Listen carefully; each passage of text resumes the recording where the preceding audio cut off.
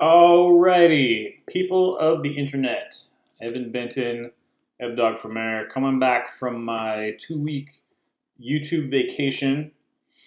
It's quickly becoming apparent that YouTube is not the place for me, you guys. So I've started a Rumble account. Please follow me over there. I'm trying to get everything back up and moved over there. And I'll probably still be posting on YouTube because I do have a few followers here. But anyway, um, the next couple videos that I'm going to be making here are a few that I've been putting off for a long time. Book reports of books that are just quite daunting.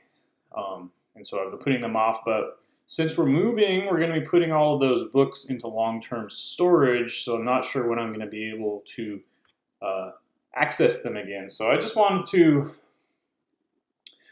make some book reports, and they're not gonna be as conclusive as I usually like to make. Even though my book reports are usually kind of me doing sort of like tangential research or like research on the side of the books that I happen to read, and how they fit together with my research more so than just a straight synopsis. I'm trying to get people to read these books, but I'm also trying to,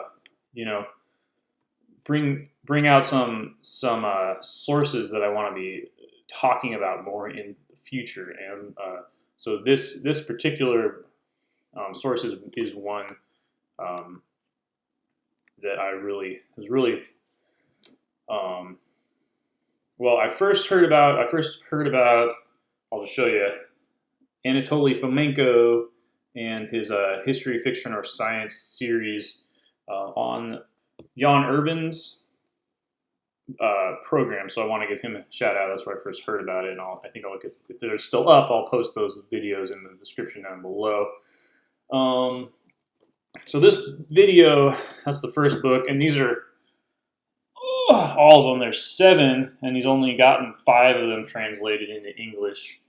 So if you think that this hour-long video or whatever it ends up being is going to be a conclusive look at this amount of information, this is to dissuade you of that. But at any rate, I want to talk about this stuff, and that's why I got to make a video about it before this stuff goes into storage and I'm not able to access this information for a year or so, or however long it ends up being. So I'm just going to make this video, and we're mainly just going to be talking about, okay, so Fomenko's making 2 points, okay?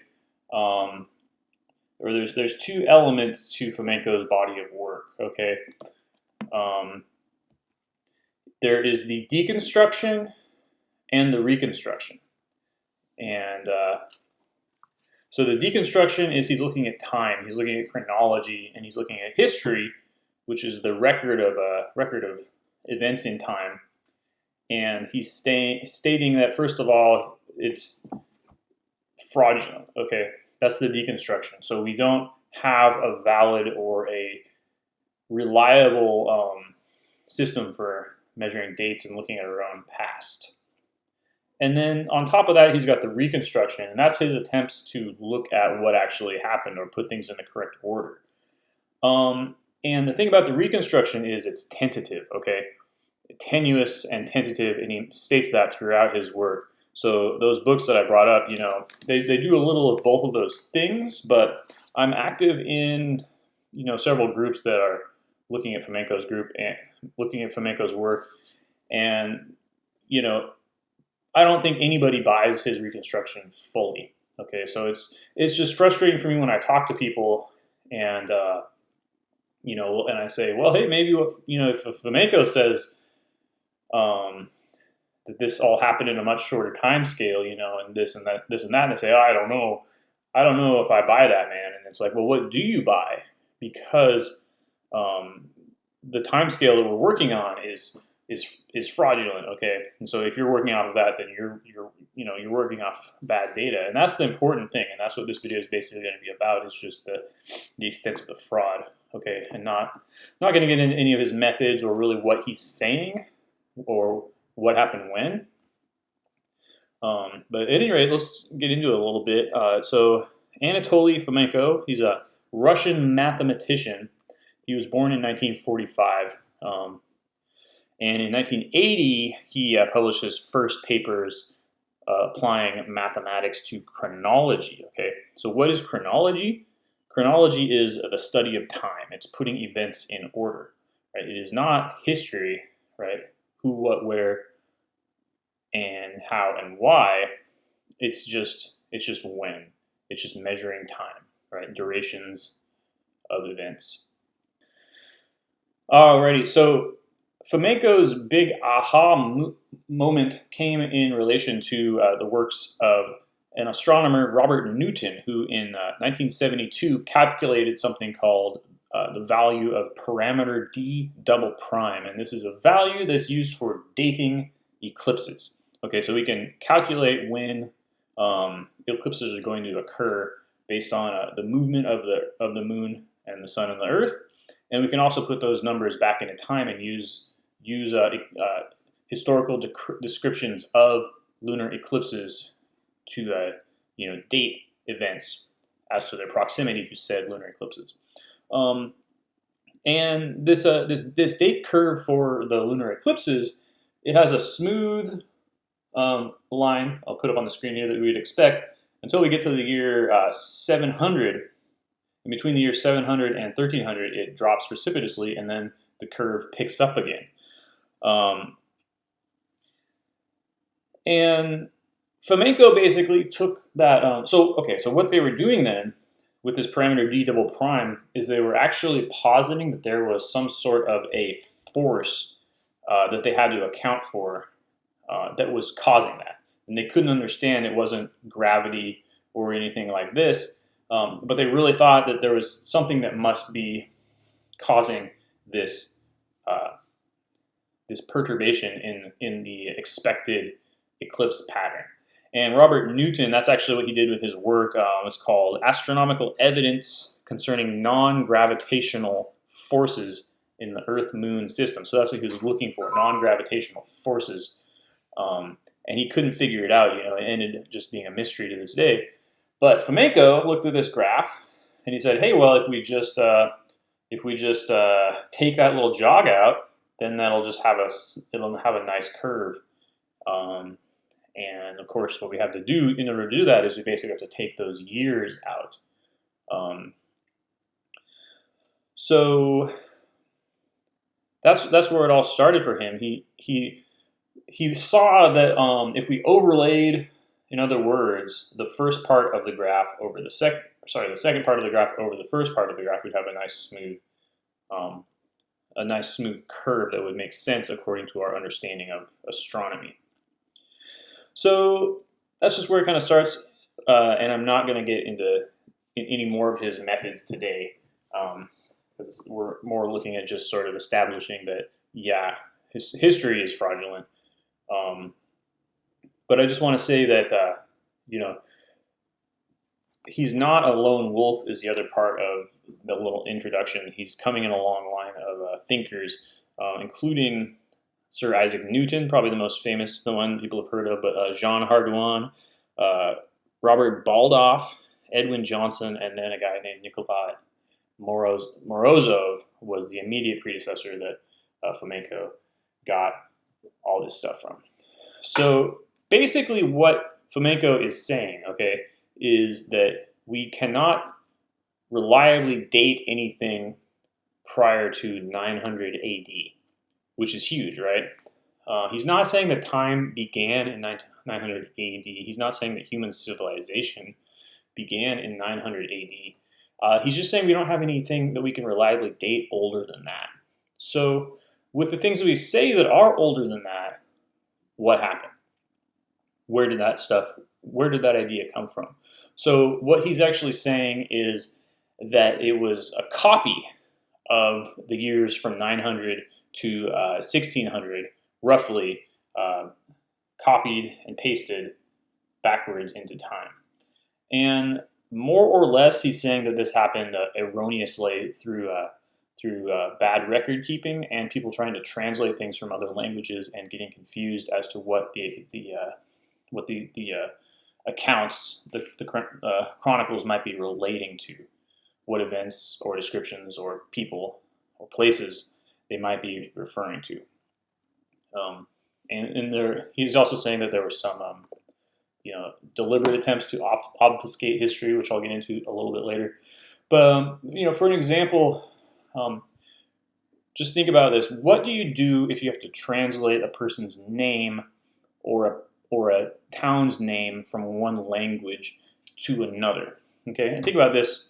And I do translate documents for money, so this comes up for me. But you have two choices, basically. You can preserve the sound of the name, or you can preserve the meaning of the name.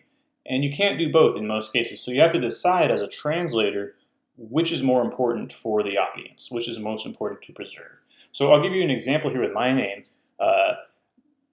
My first name is Evan, but I am actually named after my great-grandfather and great-great-grandfather, I understand. And so because they were Norwegians, their name was actually Eyvind, Eyvind, I think. So my parents changed it from Eyvind to Evan, basically because they didn't know any better and they wanted to keep the sound the same. So they picked Evan because it sounds similar, right? But Eyvind in Norwegian actually means islander. And so my name, Evan, is cognate with, it's Welsh, and is cognate with Ewan, or Ian, or Johann, or Johannes, which are all cognate with the name John, which I think means warrior of God, something like that. You can look it up if you don't believe me.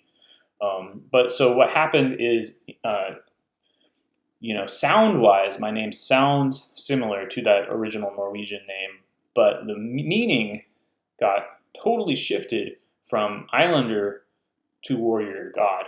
So imagine you're reading an old chronicle in a language, in a long forgotten language, and you see a reference to islander, right? Does that mean literally someone who lives on an island, or does it mean someone who is named islander? Or see someone reference to a warrior of God. Is that a literal, like a warrior of God, like a crusader or something like that, or is it the person named warrior of God? And things like that. It's the same with cities, right? So you've got the city of Alexandria. Well, there's many cities of Alexandria. Alexander the Great founded many cities, so which one are you referring to? And if you decide that what the name Alexandria means is city of Alexander, then what do you do with that name Alexander? Do you translate it? Do you say it's the city of Alexander, or do you translate it to the city of whatever Alexander the name means? Okay, and also, like, say the city next to a river, right? A city on the Danube. How do you know that that's the Danube is the same Danube we're referring to, or the city near Mount Vesuvius? How do you know it's the same Mount Vesuvius that we refer to today? And the fact is, you simply don't, because these kinds of names are relative markers.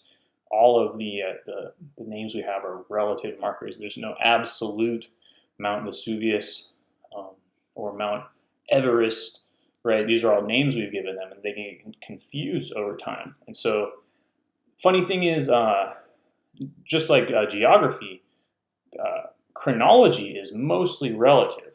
So when we're measuring dates, we're typically measuring the dates, particularly years, from the reign of a king.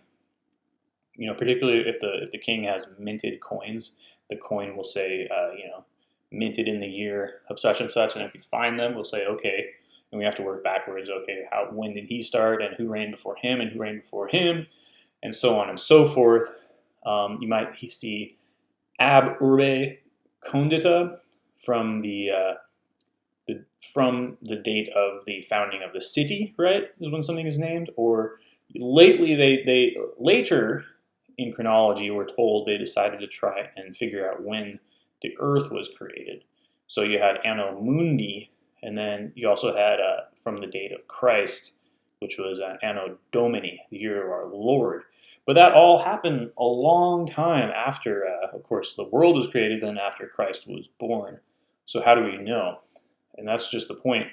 All of these datings are relative, okay? And even more scientific forms of dating, like dendrochronology, are relative. Dendrochronology means cutting down, is looking if you have a document that's made of wood, counting the number of rings in the wood, and comparing that to a register of wood of wood that's been dated. Okay, so it's all relative. Someone has to go and establish this register going back year after year after year. You have to find a Anyway, that's the point I'm making. And even carbon-14 dating, okay, is I don't know. It's not, well, yeah, it's relative because carbon does not decay at the same rate everywhere on the planet Earth. Cosmic radiation is not consistent across the globe, and gravity is not consistent across the globe. And so the only form of dating that's actually objective is astronomy. And that is because the position of the planets and the stars in the sky only repeat every something like 25,000 years.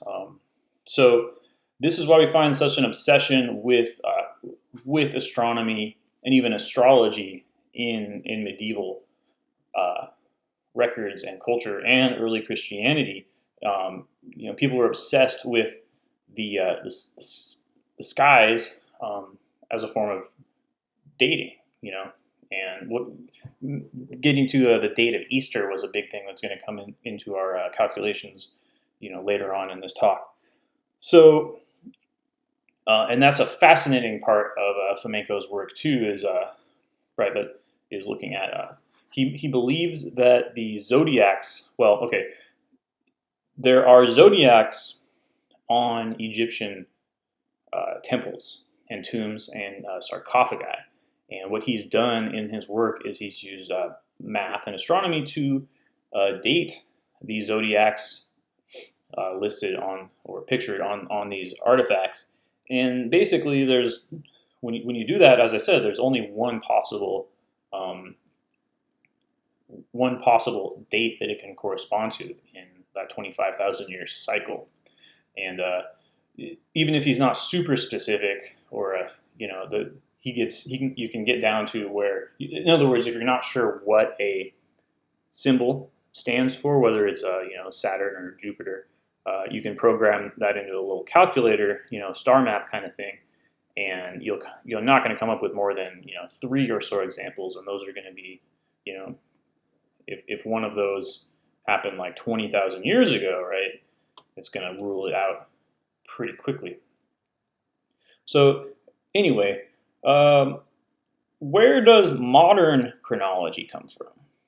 That's to get us back on track, kind of. It all comes from a man named Joseph Sculger, who was born in 1540 and died in 1609.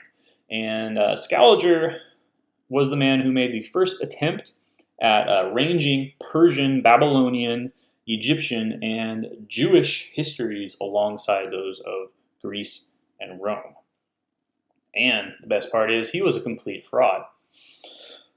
His father, Julius Caesar Sculger, started the rumor that they were members of the Della Scala family, who were nobility from Verona, Italy.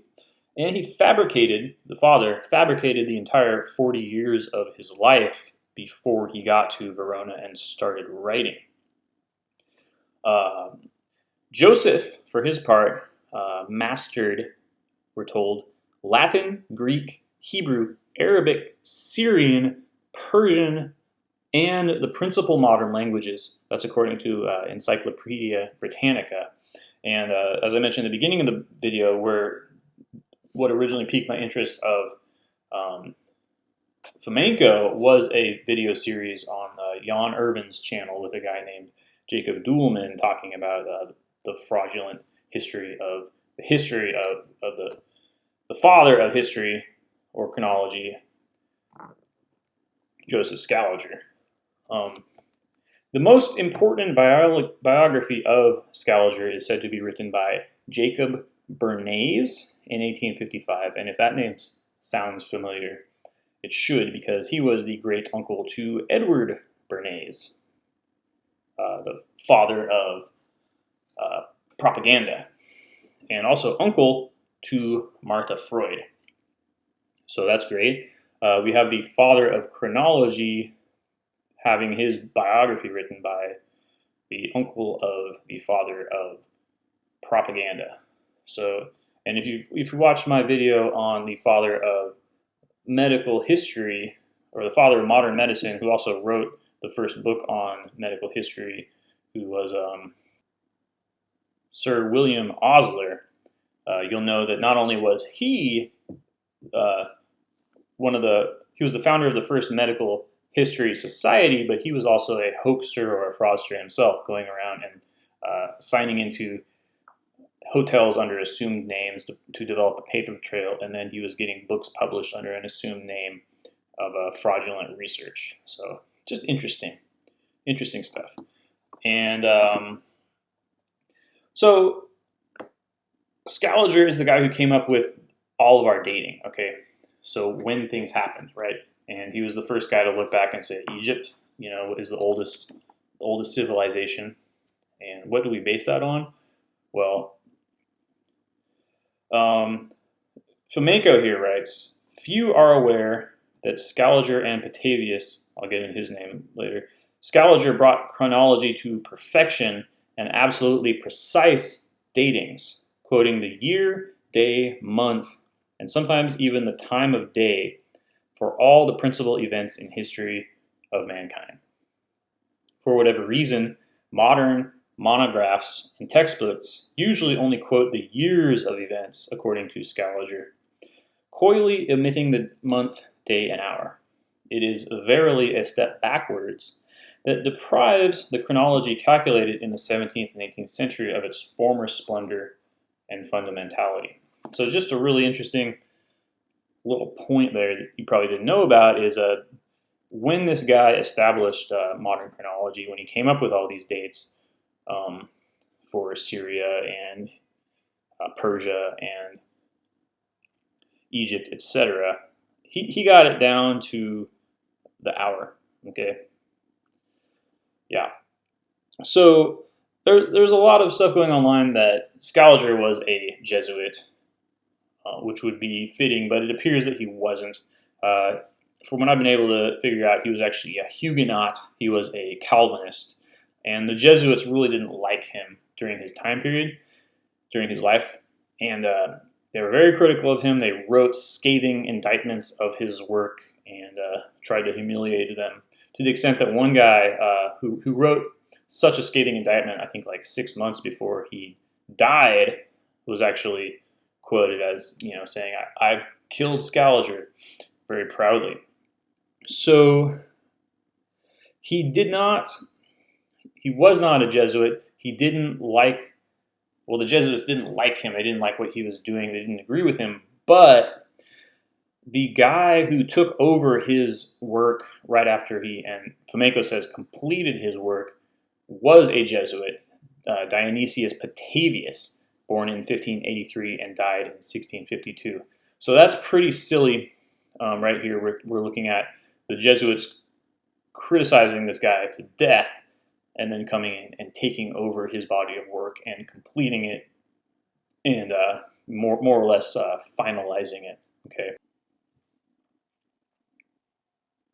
So a year after the Gregorian reform, Sculger came up with something called the Julian Period, which was based on the Julian calendar, the old calendar, and it consisted of multiplying the solar cycle times the lunar cycle times the indiction cycle.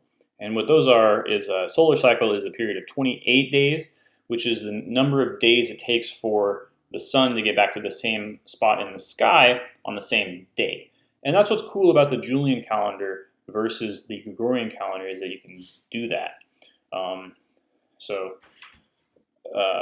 the lunar calendar, likewise, is 19 years. It's the number of years it takes for the moon to get back to the same place in the sky on the same day. And the indiction cycle is just a 15-year tax cycle that was used by the Romans, so it has nothing to do with anything. But you multiply those three numbers together and you get 7,980 years.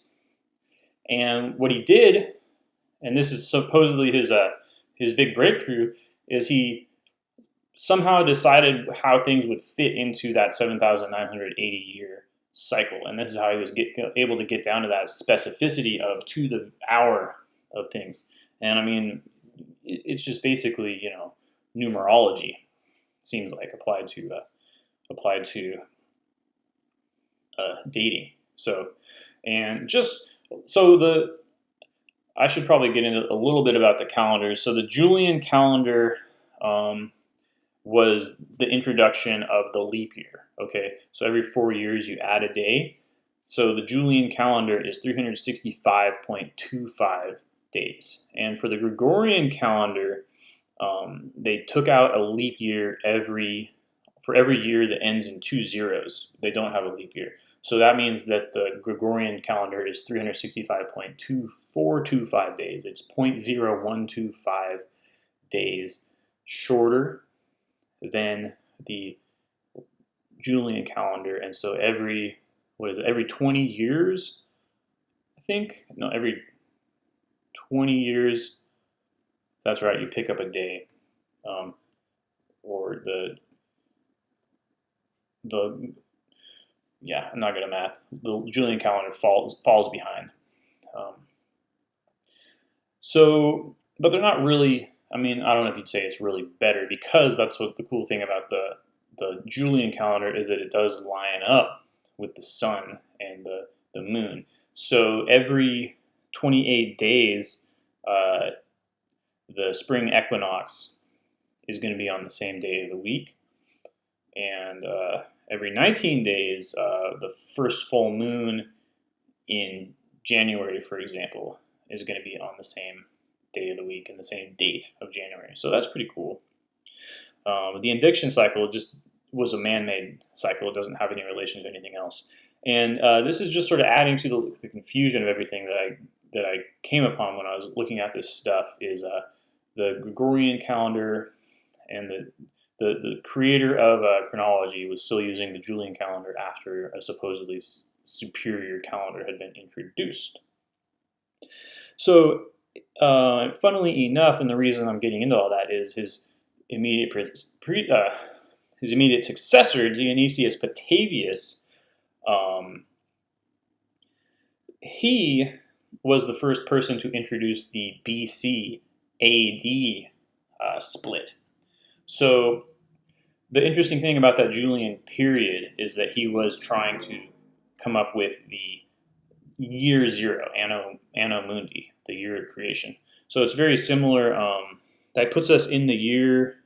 That puts year zero, according to Sculger, in the year 4713 BC, which compares with the Hebrew calendar, which puts it at 3761 BC, and the Byzantine calendar, which puts it at 5509 BC. So it's somewhere between those two. And the Byzantine calendar is a variation of the Julian calendar that's still in use, and it uses dates in relation to year zero, the year of creation, versus the Julian calendar having year zero being the birth of Christ. But so Dionysius Petavius was really interested in finding the date of the birth of Christ, and also calculating the yearly date of Easter. And I didn't realize until I started reading about this stuff that was one of the big motivations for the Gregorian reform. And of course, that's one of the big differences between the Julian and the Gregorian calendar, is finding the date of Easter each year. But this is where it gets into the kind of Fomenko stuff.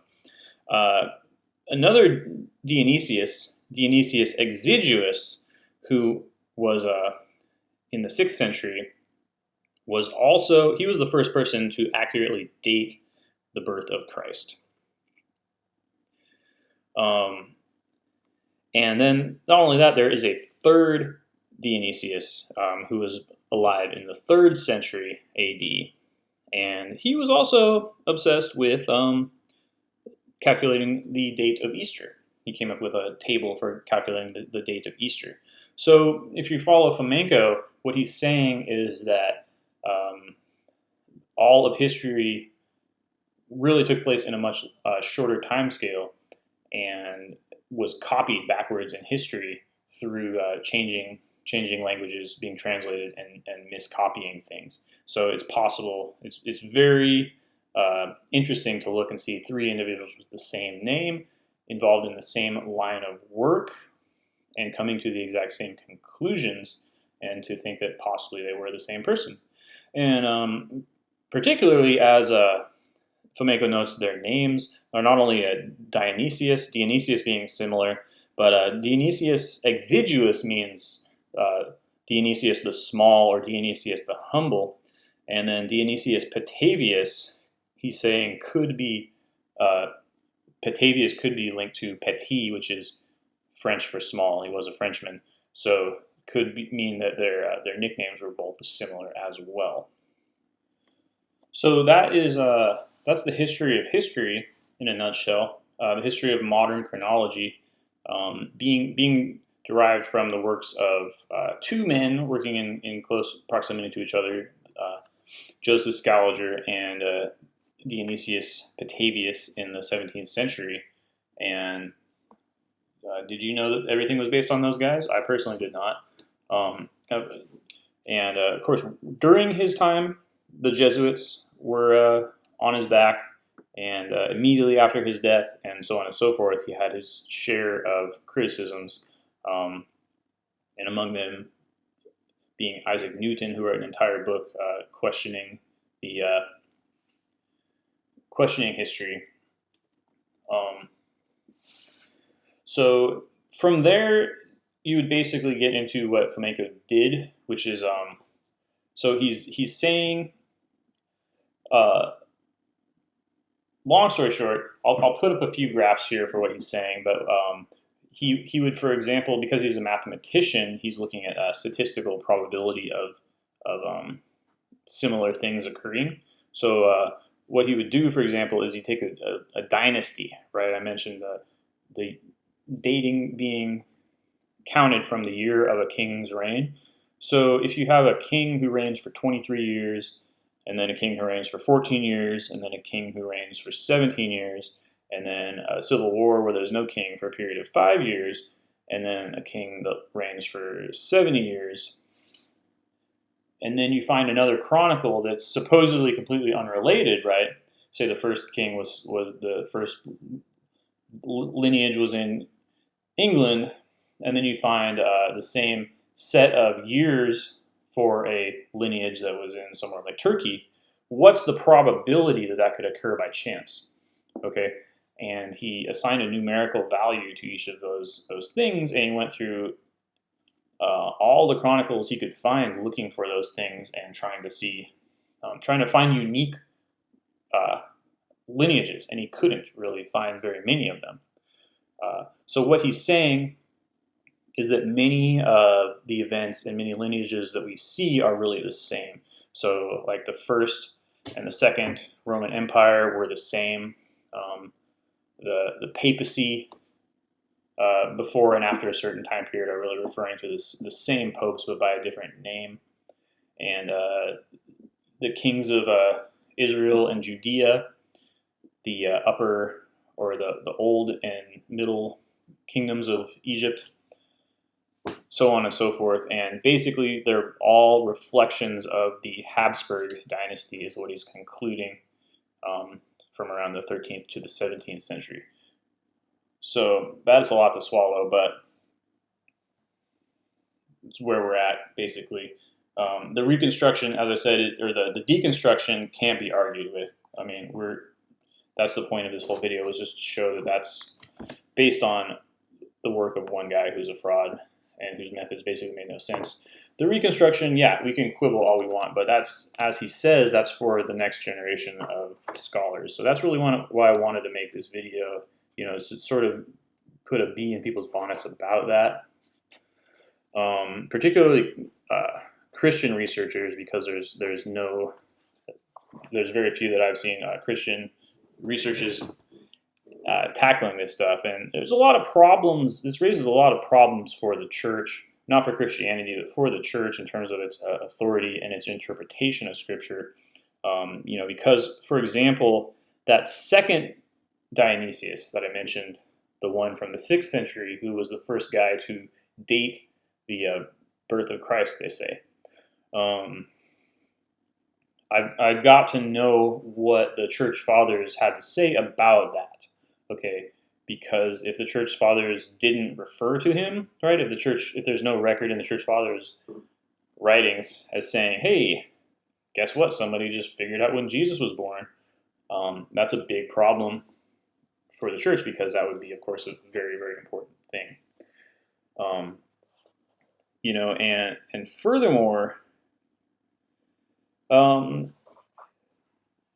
we have to say too that even though he dated the birth of Jesus in the year 6th century, supposedly we didn't start counting year 0 supposedly until the 16th century, 16th or 17th century, probably the 17th century. So why did that happen, right? That's something we have to think about too. Why do we keep dating from the kings and from the towns when they were founded and things like that? Well, so most likely, in Fomenko's reconstruction, most likely we did start using the birth of Christ, but we also used all those other dating systems at the same time. And one thing that allowed us to do that in Fomenko's reconstruction is that we also had this very intricate knowledge of astronomy that's been somewhat lost, and we were able to compare these datings against the sky and the zodiacs that we had. And so one of the things we see, I'll put a few little blurbs up here. We see pictorial or ideographic representations of zodiacs in medieval manuscripts. So I'll show a few of these on the screen, but we'll see a chariot which has some iconography that means that it represents a planet, and then in the wheels of the chariot we'll see some iconography that corresponds to signs of the zodiac. And that together you can say that is that planet in that house or that zodiac sign. So it's not a picture of the sky, it's just a picture of a funny-looking person riding a chariot with some funny-looking symbols in the wheels, but together we can decode that and say, that's the the moon in the moon in Aquarius, for example. But at any rate, I realize that I'm butchering this, and I'm just wanting to put this out here so that I can set my mind at ease before these books go into my big box that I never see for a year, okay?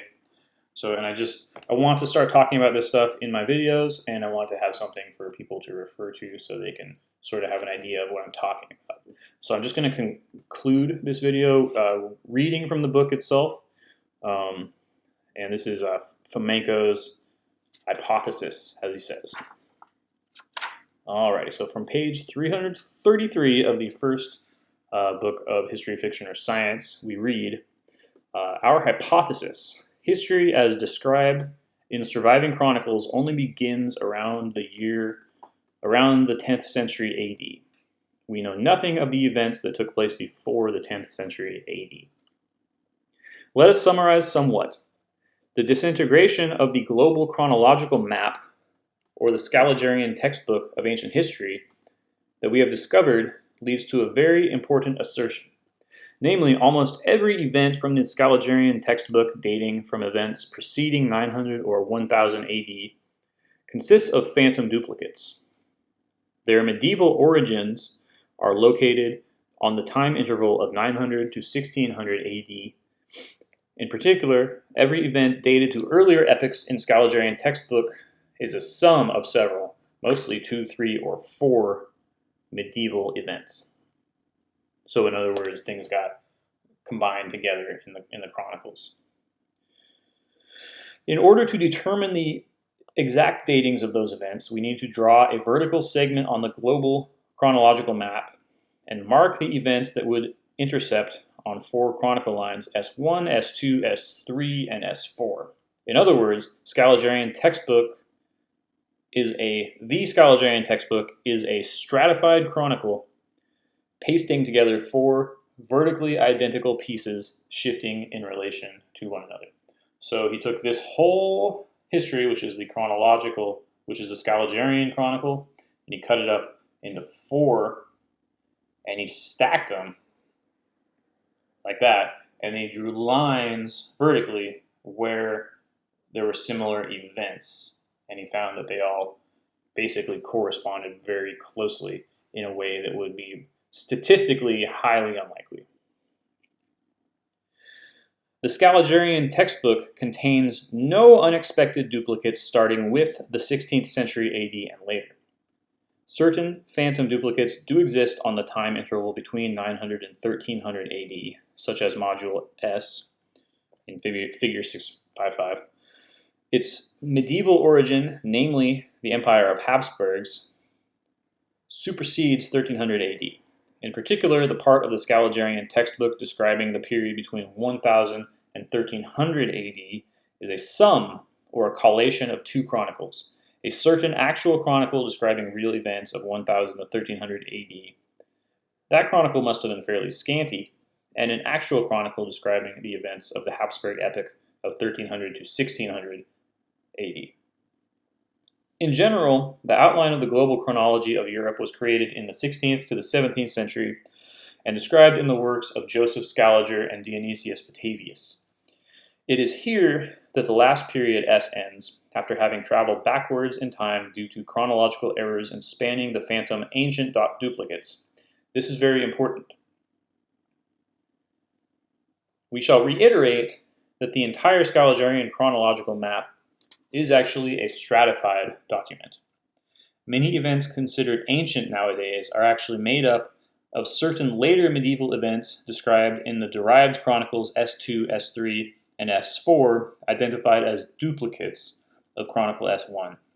The application of our empirico-statistical methods to the period of 1600 to 2000 AD has detected no phantom duplicates, which proves the chronological outline of 1600 to 2000 to be reliable as a whole. The Sculgerian textbook originated from the shorter Chronicle S0, the main chronicle, the main timeline, as a result of chronological errors that we shall refer to later, as well as intentional distortions of medieval history. The effect that we discovered has 2 possible explanations. The first is that all the parallelisms we found are sets of accidents. From this accidental stance, we can estimate the probability of all the coincidences that we discover. This is what we have done with the application of statistical methods. The probability turned out to be infinitesimal, which allows us to put forth the hypothesis that all the recurring coincidences that we have discovered are by no means accidental. This brings us to the second explanation we believe deserves a closer study. The discovered disintegration of the Sculgerian textbook into a sum of 4 short chronicles is not accidental at all. Quite the opposite, we have come across traces of a fairly deliberate creation of artificially elongated history, which the chronologists of the 16th and 17th century were actively involved in. So they started fabricating history and copying it and pasting it out in the 16th and 17th century, which is the very time period when it was said to have been officially established. The division of the Sculgerian history textbook into 4 short chronicles gives us a preliminary answer to the 2 following fundamental questions. 1, what was the actual history like? And 2, how and why did it give birth to the Sculgerian textbook? Apparently, actual history, or the history described in written sources that have reached to our time, begins from the 10th to 11th century AD and on. Facts preceding the 10th century are fairly scarce, located between 300 to 1000 AD. Virtually all epochs placed by the Sculgerian textbook before the 10th century AD are various phantom reflections of the events dating from the 10th to the 16th century AD. Biblical history, that is, the sum total of the events related in both the Old and the New Testament, fits into the interval between the 10th century AD and the 16th century AD.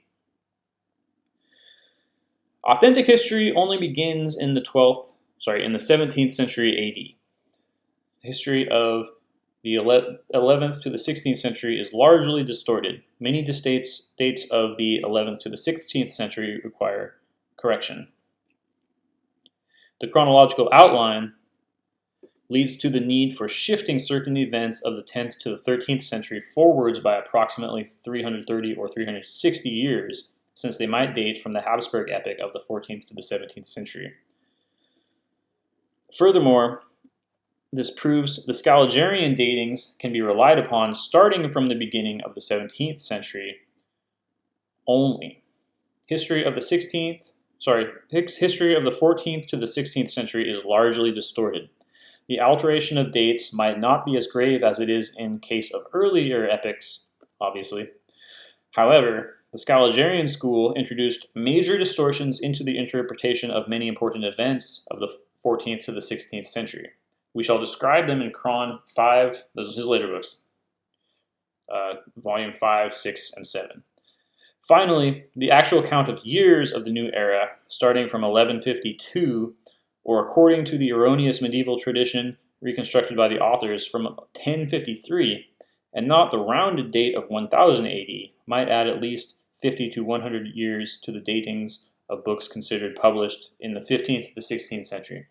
The same applies to the lifetimes of kings, military commanders, writers, poets, painters, and sculptors who lived in the 14th to the 16th century. Many of them may have lived 50 years closer to our time. So, probably didn't need to read that last part. What he's basically saying is that going backwards in time, like 3,000 years ago, where we only have Egypt, and then maybe 1,000 years ago, where we only have Sumeria or the Greeks.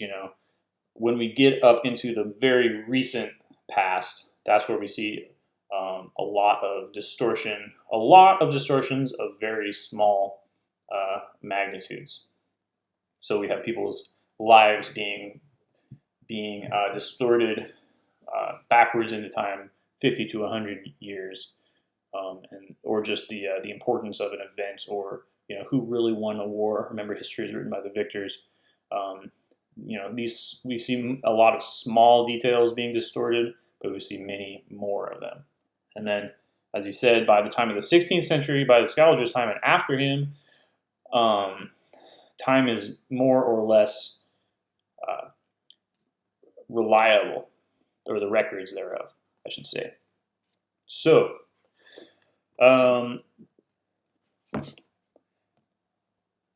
thanks for making it through all that with me. That was a lot of stuff, and I know I'm not doing it justice, but this is some crazy information that I really want to get out there, and I'd really like to start a conversation. And I'm looking mainly in my research at medicine history, and particularly germ warfare, which Fomenko does touch on, believe it or not, in some of these wars that are presumed to have occurred in his reconstruction. So I'm going to put this stuff away for now. If you have any questions on that, I'm going to put some links to a friend of mine, Steven Sorensen, See Truth Today, I think is his website. It'll be down there. You'll see it. And he's the admin of the Facebook group that's super active, and we love to talk about this stuff. So join if you're a like mind, and just leave me any questions you have below. Please share this video. As I said, get over to Rumble and make an account, because YouTube is going away pretty soon. But please support my work and support my channel. Thanks. Have a great day. We'll talk to you soon.